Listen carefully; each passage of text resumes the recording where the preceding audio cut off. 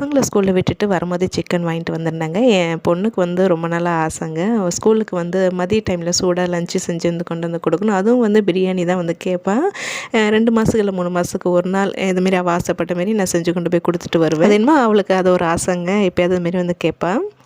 So அதை அப்பாவுக்கும் 2 நாள் ஆஃபீஸ் வேலைங்கிறனால லஞ்ச் எடுத்துகிட்டு போகிறதில்ல. அவங்க காலையில் டிஃபன் மட்டும் தான். அதனால் இன்றைக்கி காலையில் வெறும் டிஃபனோடு முடிச்சுட்டேன். பசங்க சாப்பிட்டுட்டு போயிட்டாங்க. வெட்டுக்குட்டிக்கு மட்டும் கொஞ்சமாக வந்து பார்த்திங்கன்னா தயிர் சாதம் செஞ்சு கொடுத்து அனுப்பிச்சிட்டு ₹100 தான் சிக்கன் வாங்கிட்டு வந்திருந்தேன். அதில் ஒரு 3 விதமாக வந்து செஞ்சுட்ருந்தேன். இதோட ரெசிபிஸ் எல்லாமே நான் ஷார்ட்ஸ் வீடியோவில் வந்து நான் ஷேர் பண்ணுறேன். ஃபஸ்ட்டு என்னென்ன தேவை அரைக்கிறது எல்லாமே வந்து ரெடி பண்ணி வச்சுட்டு தான் அதுக்கப்புறம் வந்து சமையல் வேலையை வந்து ஸ்டார்ட் பண்ணினேன். அப்போ தான் கொஞ்சம் ஈஸியாக இருக்கும். ஒரு 11:50க்கெலாம் போய் லஞ்ச் கொடுத்துட்டு வரணும். அதுக்குள்ளே கடகடன்னு வந்து செஞ்சு முடிச்சுக்கிட்டேன். சமையல் வேலையை பார்த்துக்கிட்டே வந்து பார்த்திங்கன்னா கிச்சனை க்ளீன் பண்ணுறது, சில பாத்திரம் விளக்குற வேலை அதுமாரி வந்து எப்போதும் போல தான் அதையும் செஞ்சுட்டே தான் இருந்தேன். பிரியாணி அந்த குக்கர்லேருந்து சுட சுட எடுத்து கொஞ்சமாவது டேஸ்ட் பண்ணாதாங்க எனக்கு மனசே திருப்தியாக இருக்கும். கொஞ்சமாக டேஸ்ட் பண்ணிவிட்டு தான் அதுக்கப்புறமா தான் சாதனா கொண்டு போய் கொடுத்துட்டு வந்தேன்.